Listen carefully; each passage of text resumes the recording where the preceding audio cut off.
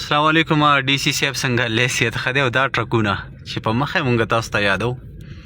تر دې پورې چې یو ځل خو مونږ درته دا ویل چې یاره دا مافیا ډېره مضبوطه شوه تاسو ویل چې نه مړه مافیا به کې چا راوستي نو دا تاسو وګورئ د دې یو کمر د پاسه دا بل کې خوستی دی خوا کې دا ګاډي را روان دي نو څه وخت کې هم دا د حادثې سبب جوړېدی شي همدغه رنګې یو کمر په مومندو کې غورځېدلی او ټوله ورځ سړک بلاک و نو یو خوا دا رسک دی د پاسه پې لوډ انتهایی ډېر زیات دی او دا سړک د ناوګۍ ښار انتهایی خراب شو دا د دې ټرکونو د وجې او دې کې د قام هېڅ پیدا نشته دا د 14 لکه قام دا سړک دی او دې یو څو خلکو یو څو ټیکهدارانو دا د قام سړک انتهایی کنډې کپر کو خدای خبر بیا به کله پخېږي دا خو د خدای ښه وکړي د ورلډ بینک سره چې روپۍ راکړې پوښې کو یعنې زموږ د پاکستان حکومت خو دا سړک پخولی هم نشي نو بهرحال که دا شی دغه نه شو نو دې سړک نه به دا قام ډېر زر خلاص شي دا به کنډراتو کې بدل شي بیا به یو ته بل ته جاړو چې سړک پوخ کوي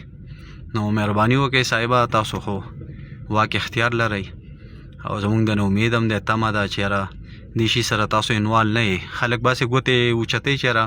انتظامیت یې روپۍ الي رشوت الي خو زه زما نه دی خیال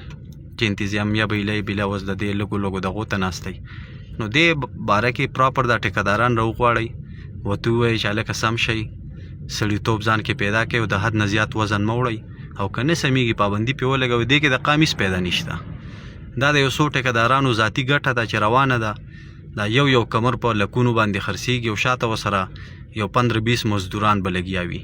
یا ستاسو وینا مطابق چې 24,000 مزدوران ورسره لګیا دي نو که دا ګټه دا ټرک دونه ډېره نه مړي دغه 24,000 مزدوران به کار کوي او که د دې نه ډېره مړي نو دغه 24 به کوي خو به هر حال د ټیکهدار په دې کې ګټه وي چې ټرک له یو 15-16 زره روپۍ کري زیاته ورکړي جو زیات لوډ ویسي نو ټیکهدار ته پکې په دغه ځای کې پیدا پاتې شي خو په دغه 15-16 زره